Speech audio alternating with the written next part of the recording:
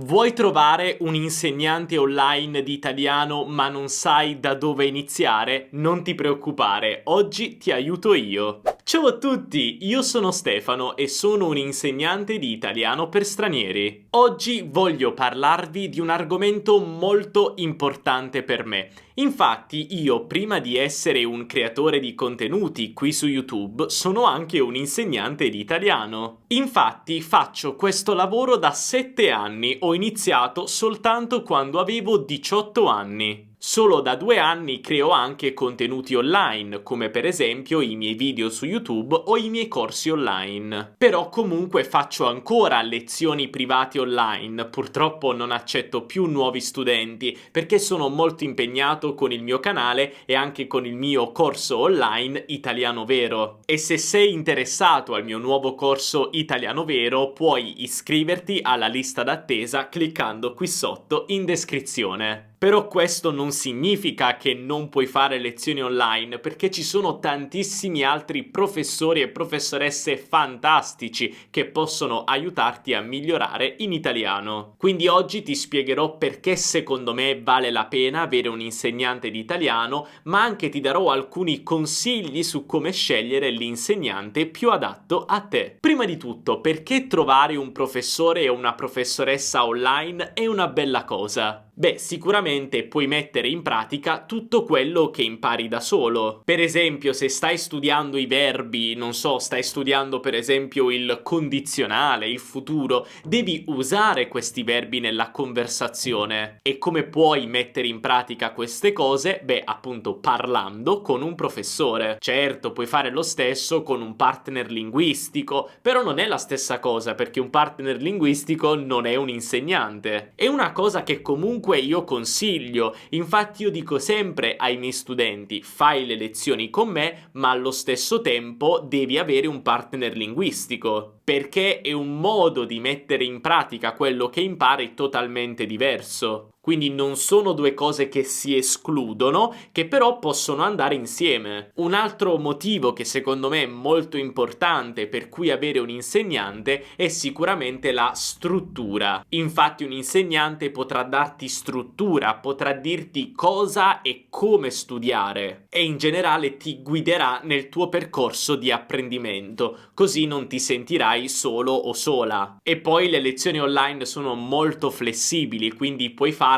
quando e dove vuoi. Per finire, avere un insegnante ti permetterà anche di superare la paura di parlare. Infatti io dico che non sono soltanto un insegnante, ma anche un motivatore con i miei studenti. Infatti io prima aiuto i miei studenti a superare la paura di parlare e dopo iniziamo a lavorare attivamente sulla lingua. Questa è una cosa molto importante e un insegnante bravo ti aiuterà a fare anche questo. Ma come possiamo trovare un insegnante online e quali piattaforme dovremmo usare? E soprattutto, come facciamo a scegliere un insegnante giusto per noi? Adesso parleremo di tutto questo e ti darò anche delle red flags, come dicono gli americani, quindi dei campanelli d'allarme, quindi cose che ti faranno capire no, meglio non prenotare una lezione con quell'insegnante o meglio non continuare le lezioni con questo insegnante. So che molti non saranno d'accordo con me, però questa è la mia opinione personale, quindi la dirò lo stesso. Prima di tutto iniziamo con la piattaforma. Ci sono tantissime piattaforme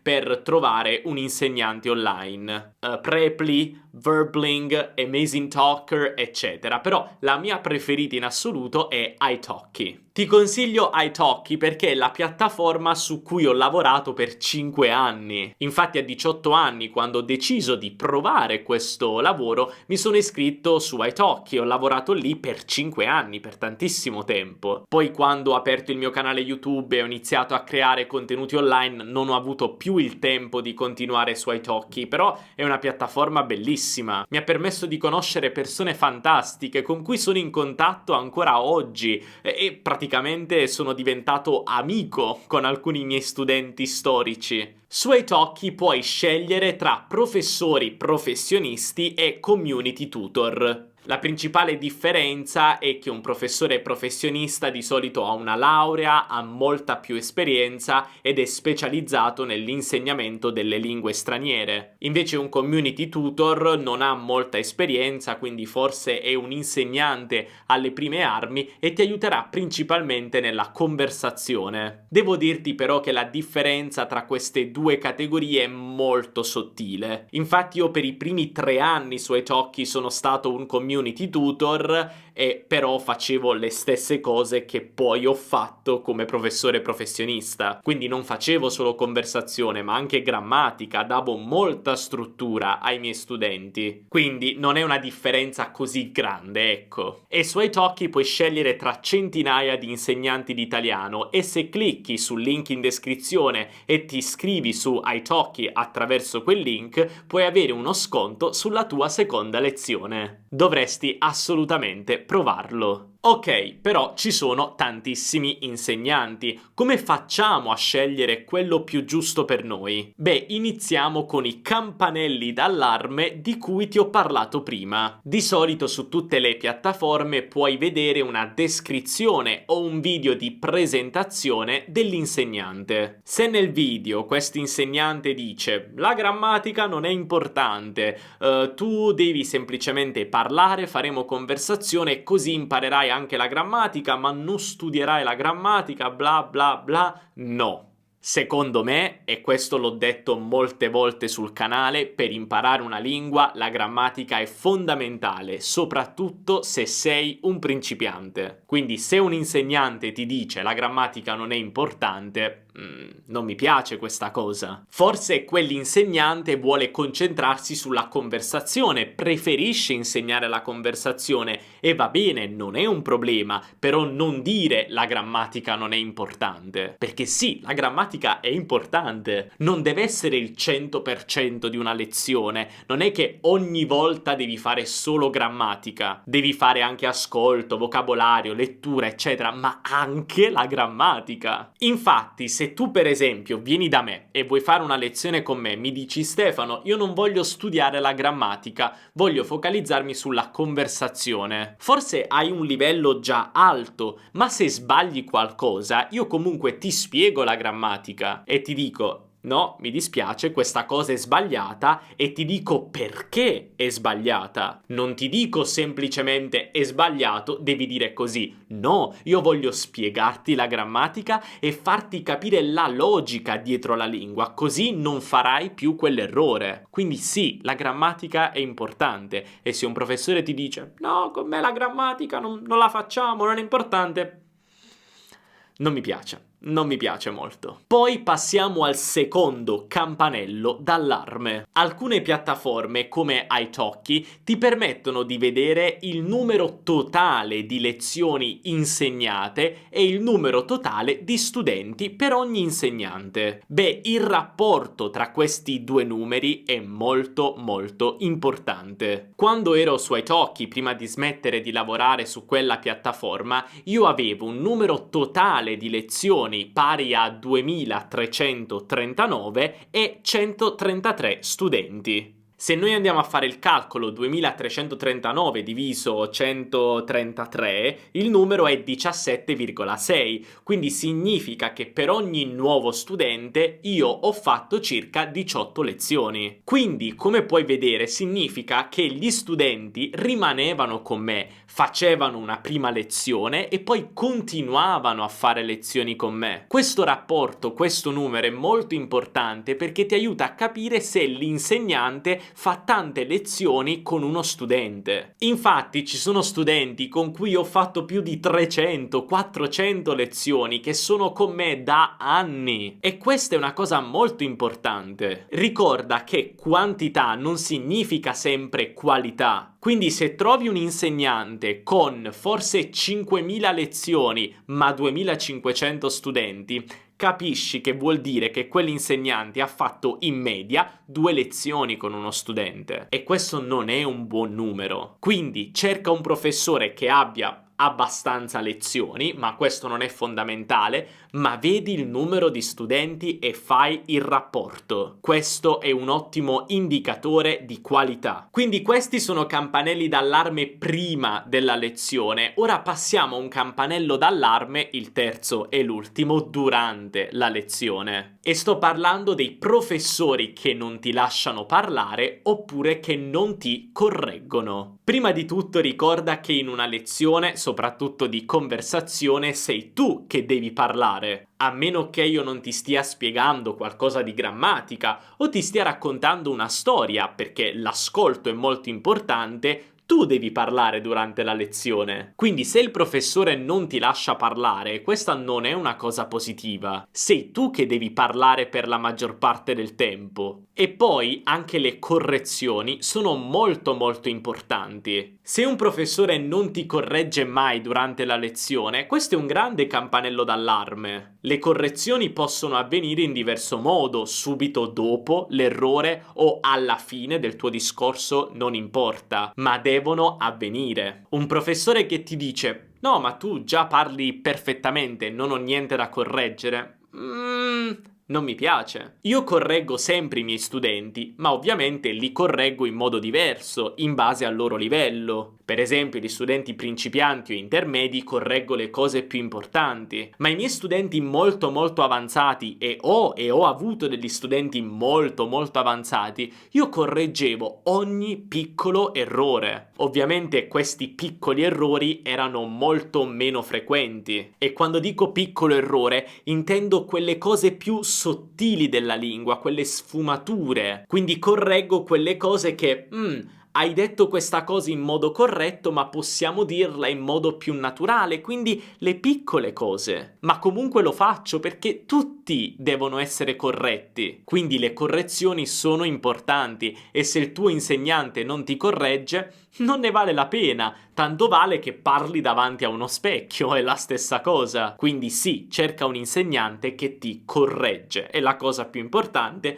perché noi impariamo principalmente dai nostri errori. Ora, dopo questi campanelli d'allarme, voglio darti alcuni consigli un po' più generali, diciamo, anche in base al tuo livello e al tuo metodo di apprendimento. Prima di tutto, se sei uno studente o una studentessa principiante, io ti consiglio di scegliere un professore che parla la tua madrelingua o comunque una lingua che tu parli bene. Questo ti aiuterà tantissimo, ed è anche il motivo per cui io ho lavorato con persone che parlano inglese, perché il mio livello di inglese è molto alto e questo aiuta molto durante le lezioni. Noi sì, soprattutto con gli studenti intermedi e avanzati, cerchiamo di parlare sempre in italiano, ma se una cosa è molto difficile, possiamo passare leggermente, velocemente all'inglese. Oppure io, conoscendo molto bene l'inglese, posso anche far vedere le differenze tra le due lingue. Quindi mettere a confronto due parole, due espressioni, due modi di dire, e fare proprio delle comparazioni. Questo è molto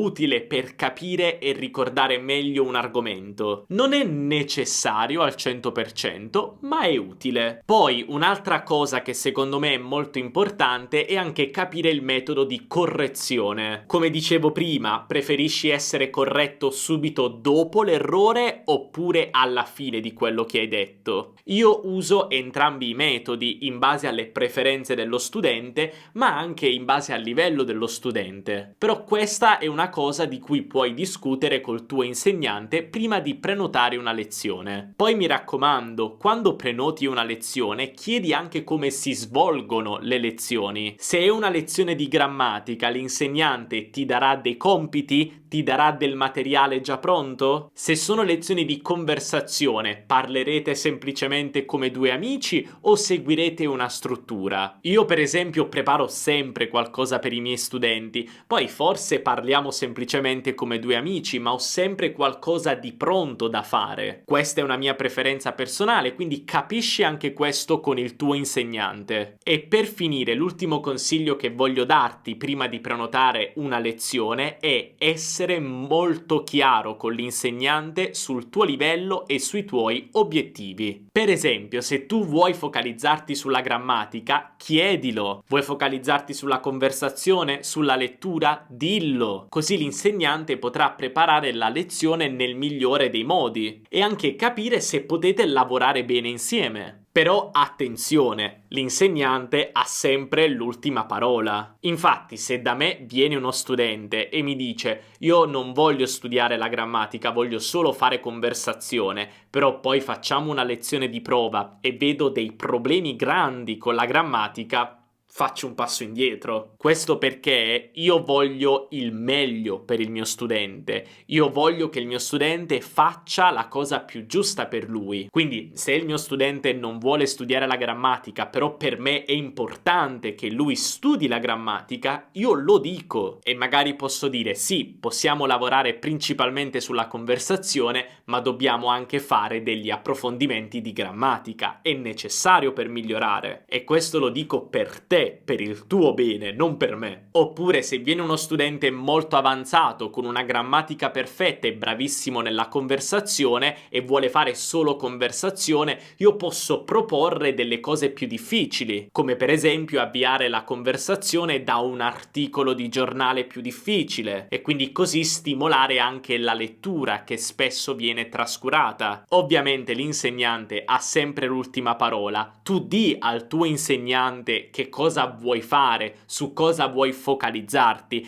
però se l'insegnante poi ti suggerisce un percorso leggermente diverso, ascoltalo. Quindi se il tuo insegnante è un bravo insegnante, dovrebbe suggerirti la cosa migliore. Allora, che ne dici di questi consigli? Ti sono piaciuti? E tu hai un insegnante online oppure forse vuoi trovarlo? Beh, parliamone qui sotto nei commenti e abbiamo una discussione. E se questo video ti è piaciuto, non dimenticare di lasciare un bel mi piace perché questo mi aiuta tantissimo e anche iscriverti al canale per non perdere tutti i video futuri. E non dimenticare il link qui sotto in descrizione per iscriverti a italki, così che potrai avere un piccolo sconto sulla tua seconda lezione. Noi come sempre ci vediamo nel prossimo video. Un abbraccio dall'Italia. Ciao!